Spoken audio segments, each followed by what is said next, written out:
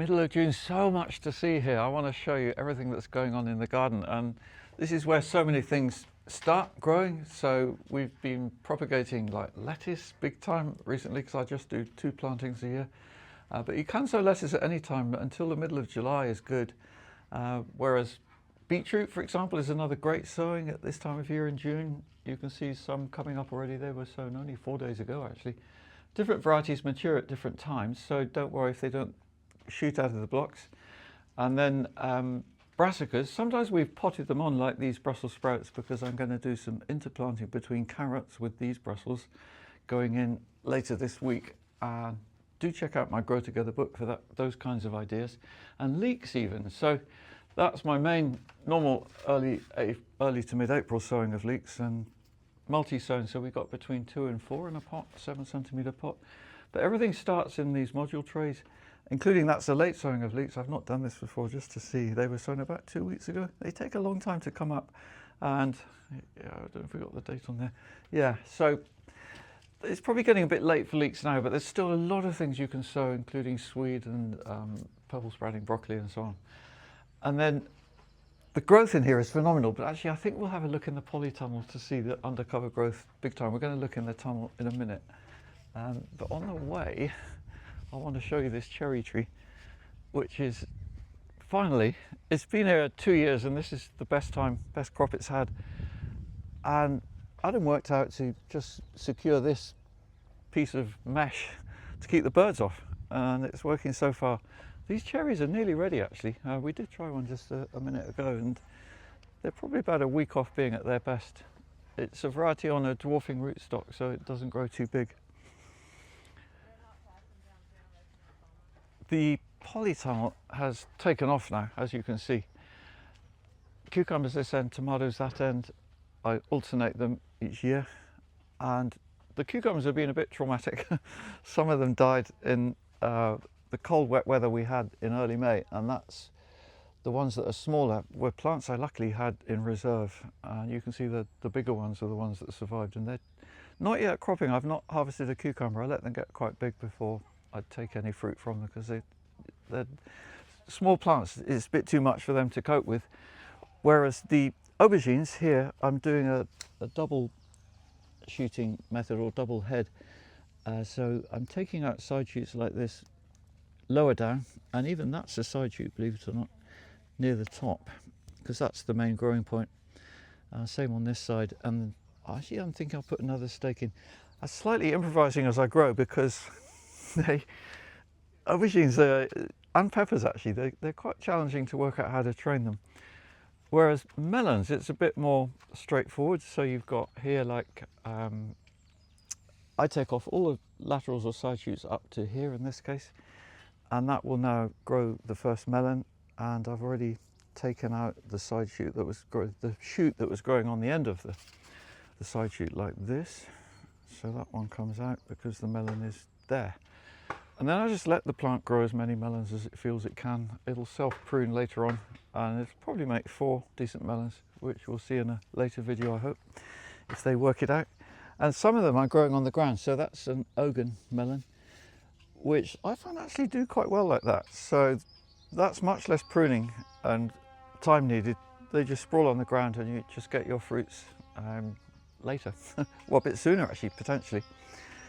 While the tomatoes have been stressed a bit by the heat in here. It was very hot 2 weeks ago, and that's this leaf roll, and that's one reaction. Not all the varieties. If you notice behind, there's Sakura, particularly the nearest one of the further bed, is very resistant to indoor heat, so that makes beautiful red cherry tomatoes. Whereas this one is a beef tomato called Sonnenherz. They're really beautiful tomatoes, and that's from Home Safe Seed. In between the tomatoes, I put marigolds, always that partly to look nice. They secrete limonene also, which deters aphids. And along this edge, we just put a bit of grass mowings to cool the soil a bit, because this side catches the afternoon sun. This polytunnel's not aligned classically, it's east-west. And so it gets very hot on this side in the afternoon, which is why it's very good for the melons and the watermelons as well. So I grow them here rather than over there. Tomatoes are amazingly cool tolerant actually, but having said that, in our climate we've just had 2 weeks of June when there was not much sun, 42 hours in fact in the whole 2 weeks of June. Apologies for the noise, I don't know how much you can hear it, but we've got a lot of building work going on at the moment. We'll see in a minute. This is poppies for seeds, and you can see they make these are still swelling, they make big heads, which I use for bread making. Really good just to put on top of the bread. But they're also a very beautiful poppy. You can buy them from Real Seeds website. And now, this is what I still call the new area, because this field I bought only 5 years ago and it's full of bindweed at that time. Now there's none, because we really were on it for the first 2 years, thorough mulching followed by regular removal of new bindweed with a trowel. There's a bit up the far corner, we'll see, and so with no dig, I'm always curious to see how these carrots are doing. You never know with a carrot until you pull it, but yeah, look at that, fantastic. This is a variety called Romance.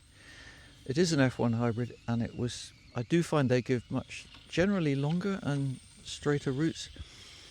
And I sowed it on the 28th of February, which is kind of crazy because that's before my normal recommended date. But you know, that's how I find out what things work and what things don't. And partly I got lucky. We had a mild spring. So that's in less than 4 months they've done that. Yeah, that's a nice harvest. Oh yeah, sorry, I just meant to check. Carrot root fly, because these haven't been covered for 6 weeks. And it's always the worry at this time of year, will the carrot root fly arrive, and they cause damage in the roots, but in fact I'm not seeing any there. They look really clean of it. But I think they will arrive soon, so we'll harvest these before too long. And likewise the beetroot, I haven't covered them, but look what's happened here. And this is deer damage, where they are eating the tops of the leaves. So we're actually going to put just a mesh cover over these beetroot to reduce that.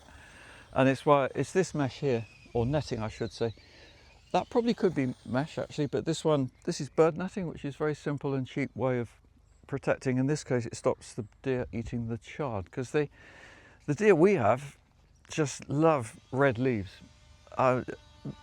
They seem different wherever you are, but that's my problem. So here we have second plantings already, because this was spinach, now finished, and it's where we transplanted lettuce yesterday. So you can see the transplanting method here. We're putting the plants in quite deep, not filling in the hole, and that helps to keep the roots moist, because we're getting a lot of dry weather now through summer, and you can have periods when you know that they could suffer, but that will keep them going. And these lettuce will crop in about 3 weeks time onwards. Minty's made an appearance. Hello, hello, hello. This was garlic here, interplanted with beetroot, so you can see that's worked quite nicely. The garlic wasn't brilliant though. We had quite a bit of allium leaf miner, some rust, but the beetroot are doing fine. That's golden beetroot, and it's interesting how the golden leaves are not getting eaten by the deer. So that's a positive. These kohlrabi, quite extraordinary. Look at this one. It's a variety called Kolibri, and it's on my Premier Seeds Direct recommended seed varieties. You can see that on their website. And it was sown late February, transplanted around the 25th of March, with a fleece over for the first 6 weeks. And they are such beautiful plants, the way they float above the ground. I just love how they're here on their stalk. And yeah, they always look a bit romantic like that. But in fact, they do need harvesting. Coming up to later June, kohlrabi, like fennel, also tends to rise up to flower. So be wary of that. I won't leave those in the ground for too long. Here there's a very nice second sowing happened already. If you look at this, you think, wow, that's a nice bed of lettuce. But if you look closely, you can see the carrots that we sowed, let me see, 15 days ago. And they appeared after about 10 days, which is pretty classic for summer sowing of carrots. In 10 days, you should expect to see those first tiny leaves. And if you don't within, say now, 15 days, there's probably something wrong with the seed or with the weather, whatever. Different seeds take different lengths of time to come up, and you know, even 10 days can seem long, but that's normal for them. Parsnips is 15 days. We'll see some in a minute, actually. Broad beans, I've had too many. I never mind this, as it's not exactly a problem, but either I need to have a broad bean feast or some kind of preserving session, or you can keep some for seed if you've got broad beans, although if you're on an allotment they would cross-pollinate with other varieties. So yeah, keeping seed, something you need to know a bit about. Do check out, I've got a video about seed saving you could look up. The asparagus here has been cropping okay. It's not the best variety, this one, Gijnlim. I prefer to grow them from seed. These are from crowns, and it's just coming up to the final pick. In fact, there were two varieties here, two crowns which failed, and so I put in some new ones last summer, and they were grown from seed just last February. So that's what they look like when they're really young, and you don't pick them for 3 years or so. You can see that in my How to Grow Asparagus video.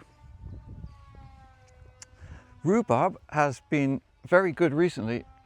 We had a spell in early June. The first 2 weeks of June we had 60 millimeters of rain, and that really helped all these plants in particular. April and May were pretty dry, and you can see the before and after of picking. This is such a good variety. It's Timperley early mostly, and you can see I've taken out all the big ones. I'm selling them actually. This is market garden, so it's not like one could eat that much rhubarb. But and all the beds that you're seeing have had some compost in the last year. So this is compost making. About half to 2/3 of the compost I use is my homemade, and the other part I buy mushroom compost or green waste or animal manure, even wood chip actually. So this is a heap that's just finished. Adam finished it this morning. Final layer of vegetable waste, even including apple thinnings, like we're thinning the apples. And then on top he put a few leaves and a tiny bit of green waste compost, just to make a bit of a brown layer on the surface. And this is pretty warm now. That one's about 65 centigrade, 140 Fahrenheit even. Whereas this one has really cooled down. And actually we'll have a look in this one. You can see what it looks like before it's turned. So we leave them to sit for maybe 6 to 8 weeks. And then when they're looking like this, pretty decomposed. In fact, I was expecting to find some worms here, but oh, there they are. It's usually at this stage that the worms arrive, like that. And that's a sign that it's going to become amazingly good compost if you see them. It needs to be moist, not too wet. So we keep the plastic cover on. But then this will be turned into there. It's a classic 3-bay system of pallets. And eventually, in say 8 weeks' time, that will also be turned into here on top. And then by October, November, we've got a lot of lovely compost. And we'll put a sort of pallet collar or an extra frame on top before turning that one into there. Many options in compost making. I'm running a compost making course here actually in the afternoon next Wednesday, 24th of June. And you can find a link in description. It's a good time of year to really get into making compost because there's so much stuff. You know, we're trimming hedges, and we won't cut all that long grass up there. That I'm deliberately leaving as a wild area. But you can see there's hazel trees in the further distance, and eventually there'll be coppice, so that's another source of green. You know, green wood is actually a really fantastic addition for compost making. I'll say more about that in another video. Well, here we have fantastic cabbage, which were planted in, let me think, roughly the middle of April. This is an F1 hybrid called Dutchman. Haven't grown it before. I'm just curious to see. I want to see how it makes really nice hearts. And we haven't yet hit the season of butterflies big time. You can see there aren't any here. If I saw them, I would be spraying Bacillus thuringiensis, but it's only a brief period when there's a lot of caterpillars, only on the brassicas. And up here is a different variety of cabbage. So you know, in the world of cabbage, there's just so many options. This is Golden Acre, which is not hybrid. I love it for its longer season of harvest, and it will make really tight heads, and they're more rounded. And I am de-leafing some of these. So, like for example here, taking off leaves like that before they get too yellow, and then they start to give a habitat and food for slugs. So a lot of that will go on the compost heap. And I did again, we'll put a link up to a video I made about that kind of thing. Yeah, that's one reason they look so perfect, because they've been de-leafed. And I like the garden to look really good like that, because it just makes everything look so lush. And the same with the flowers on the end. You can see the sunflowers, it won't be long before they come out, and zinnias as well. We have in these marigolds pretty much everywhere. This is a beautiful grow together combination, which is celeriac and leeks. So the leeks will mature sometime in September. It's an early variety called Jolant, while the celeriac come along a bit later. And I'm very heartened to see ladybirds like that. We're seeing a lot of them actually all over the garden now. So I'm never treating aphids in any way, except waiting really for the ladybirds to arrive, and the hoverfly and all the other predators. If you use pesticide, you know, you kill the predators. So with aphids, my main remedy either is to water plants more, that de-stresses them, less interesting to aphids, or we had mesh cover over these for 6 weeks, just until they establish, because I found with celeriac that really helps them to, it reduces the aphid pressure and helps them to get going. Well, here we can see, the bindweed that I mentioned. This is, some of my gang have been along here this morning removing the bindweed, and I asked them just to leave this one bed just to show on the video. Dandelion as well, that's classic. So we're getting invaded by new dandelions there from seed, which is why I managed to pull it out quite easily. I'm absolutely not leaving dandelions anywhere. There's millions all around this garden, but I don't want them in the flower, in the vegetable beds. But the bindweed is a bit of another matter, because you know, bindweed you just flick out, but one like this, I really should have a trowel here, but that's what we normally do. But I'm curious to see whether it might pull out quite a bit. No, I don't think it's going to. With a bit of help with my finger, it might. You hear that scrunch, and that's those little roots breaking. So they're coming off a much deeper root lower down, which you never remove, because I don't want to go thorough digging here. But this regular removal of the surface growth of bindweed really slows it down, and if you can keep on it through a year from this point, it was a lot worse than this 2 years ago, you can get rid of it completely. So that motivates me to keep going on this, but you can see there's quite a bit here. The other beds have been done.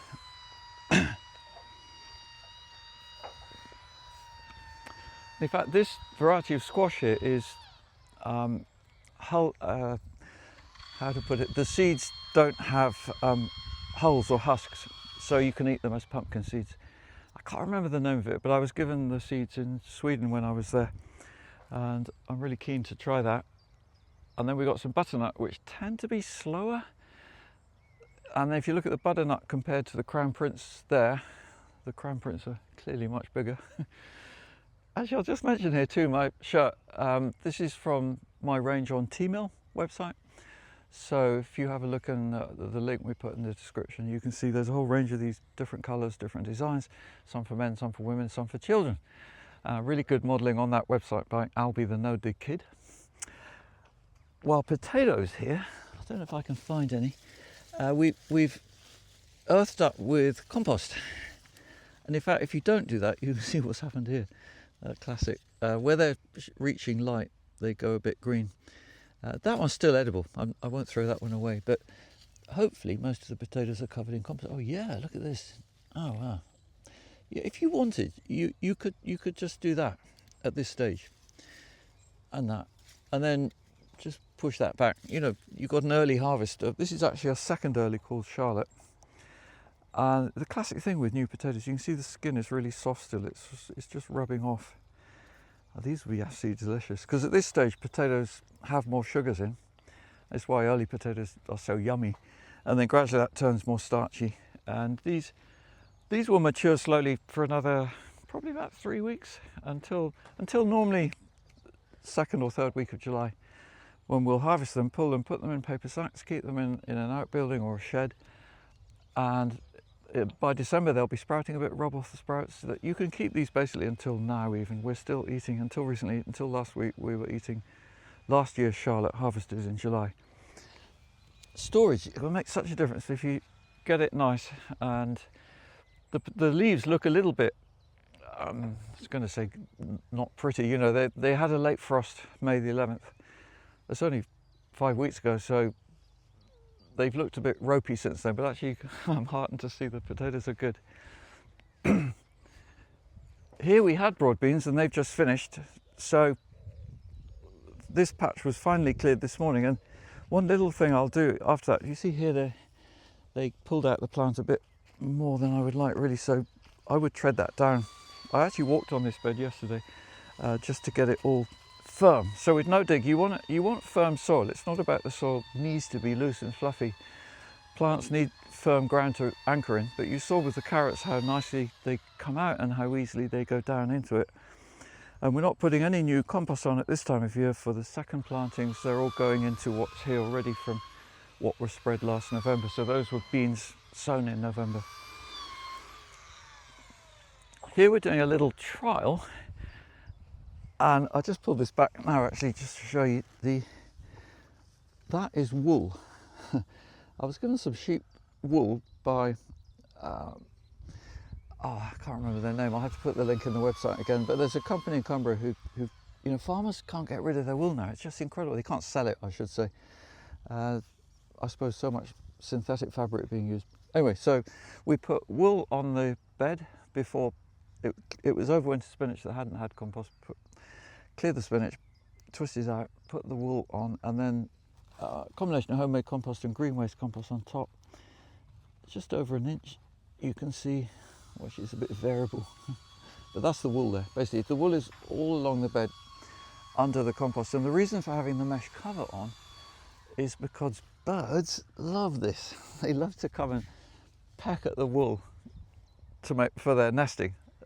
But I'm thinking now that because these plants have got so big, we'll remove the cover. You can see, wow, that's one plant of Crown Prince. And mesh does help plants to grow, and it's protection against wind. So it's really good from that point of view. But there comes a point where it's bursting out. So this will come off now. It means we haven't got a perfectly fair comparison, but there'll still be some indication. What I'm finding with wool is, like, this bed had wool under the compost, under the lettuce. And those lettuce have been just sensational. We've been picking from them for 7 weeks already, still going strong. Variety Saragossa, long-lived Batavian. So yeah, check it out. You know, wool it's giving off nutrients. Oh yeah, Minty's pointing me to the next bed. I'll just mention also how this one here, this lettuce bed we planted yesterday morning, that was 3 foot high pea plants which we'd grown for shoots and finally rising to flower. And so Adam cut them at the base with his sickle, cleared them to compost, and on the same day we transplanted these lettuce. So you can have very rapid turnover, and no dig really helps with that because the ground's ready all the time. These broccoli, by contrast, will actually go on a bit longer, and it's a good variety called Sibsley, which is quite tender stem. So you can see where I cut the main head, and then you get these lovely long side shoots, and all of that is edible. And in fact, the stem or stalk is probably the nicest part. It's quite sweet. So these I hope will continue cropping for quite a while yet. While, yeah, we just checking, we've come to the pyramid. And Tom, the joiner, has done just a superb job on this. You can see the quality of craftsmanship. In fact, if you look along this side, Nicola will take the camera to show you how straight and even that is, because he's achieved the level of perfection you need with a pyramid, which is perfect north-south orientation, angles all completely correct, 51.37 degrees or whatever it is. It's the Pyramid of Giza, which involved cutting these main frame 6-inch square Douglas fir timbers very precisely, and you see how at the apex they go up. Actually, you can't see it so clearly now because we've got the rafters, and the rafters he's putting in, they also have to be cut incredibly precisely with very perfect angles there. Then these are temporary holding screws because you can't have any metal in the pyramid, so they're going to come out once these wooden dowels have finally gone in and been glued in. And then the polycarbonate cover is being secured with copper nails, and that's quite quick actually. So he's done just that one side so far. It won't be long before the other sides are covered, and it'll be good news for my planting. I put these plants in 10 days ago, had a quiet Sunday and just really got on with it, but they were open to wind, and we had a lot of wind the following week. They did not like it. The tomatoes are okay, but there's some watermelons up in the far corner there. You can probably just see them there. I think they're dead actually. They didn't like that level of cold wind. But once it's covered, there's going to be a doorway here which I can open, and 2 windows, one on either side, also for ventilation. I don't yet know what the growing conditions will be like in there, but we'll see. What I am interested by though is you know, the whole pyramid energy, how much energy it makes. There's a really good feeling in there. I like it. It affects different people in different ways. I have a volunteer working here actually at the moment, and she said she was just in there for half an hour one evening and struggled to sleep afterwards. She was so energized. So yeah, there's definitely a lot of energy in a well-made pyramid. Here I'm branching out, and we have a sauna recently arrived. So it's just today they're putting in the wood burning stove, in fact, and that's going to be exciting. Still got to oil the inside. We'll do a video about that later. Here I want to show you an interesting thing about French beans, which is how they don't like cool weather. So I sowed these direct 3.5 weeks ago, and they came up nicely, and then it turned cold and windy for 2 weeks in early June, and that's what's causing this yellowing. And if you'd seen them even 5 days ago before it warmed up a bit, you'd think that was never going to work. But you can see now they're very healthy new leaves and how green they are. And this yellowing is all it is weather.